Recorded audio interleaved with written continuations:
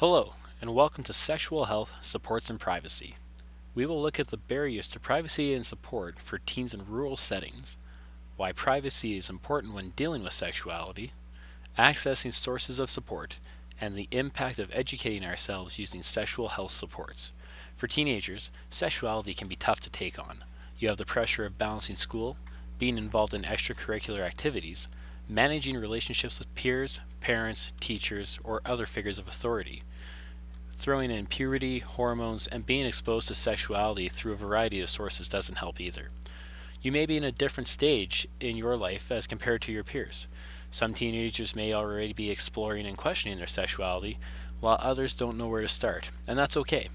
When dealing with sexuality, you need to be able to be accepting and respectful of yourself and your peers. So now we're going to look at some of the barriers that teenagers have to deal with. So when we think about a barrier, we are thinking about something that can be either physical, like not having a method of transportation to take us somewhere, or non-physical, like not having enough time to do something. So when we are looking at barriers that teens face, especially in the rural areas, we are thinking about what something is that prevents a teenager from having privacy or getting support for their sexuality/sexual health.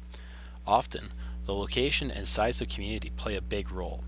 For a teenager to see someone for their sexual health, like a doctor or someone who does blood testing, it isn't as easy to getting in the car and driving to where you need to go. Teens who do not have a license and live far from physical supports, like an STI clinic, need to make arrangements to get there. This can be an embarrassing or awkward situation for them.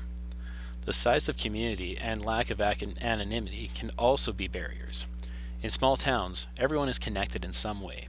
Sometimes people know something about you before you even know it yourself.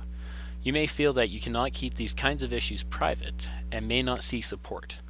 This could also lead to embarrassment or being harassed. Unfortunately, if you leave something for too long and it is a serious issue, it could become much more severe. Looking at the importance of privacy. It is crucial that you feel you have privacy when dealing with matters around your sexuality. Privacy is important so that you feel comfortable seeking support, being able to communicate if something is wrong, and feel comfortable asking questions. Sexuality may not be a familiar concept and can be confusing.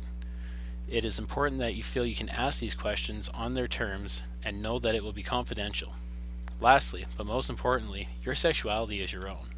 It only needs to be shared with who you choose. Looking at sources of support. You are surrounded by sources of support, even though you may not know it. First and foremost is your parents. Believe it or not, they do want what's best for you. Your parents have most likely been in your shoes, and they've been young ones as well. So they understand that being involved sexually and involved in other matters such as this can be difficult. A trusted adult is always a good source too.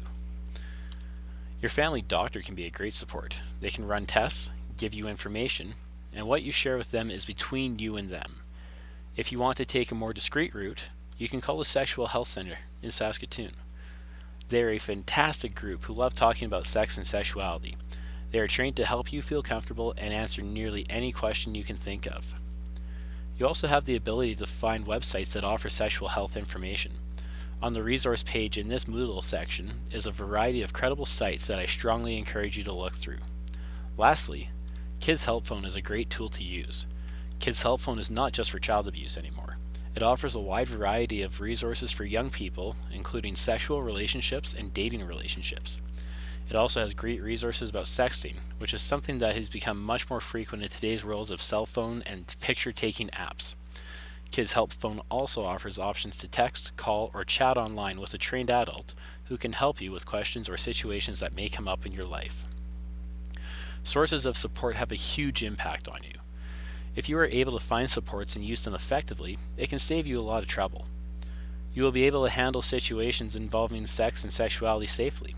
As well, you will have the ability to support your peers if they see you as a trusted source of support. Most importantly, these supports should help you feel that you understand your sexuality and your choices and orientation are yours and yours alone. Your support sources should always help you to feel comfortable with yourself and honor your choices. Thanks for watching. So now, follow the next steps provided in the lesson, complete the closing activity, and make sure you check out the resources page for more information.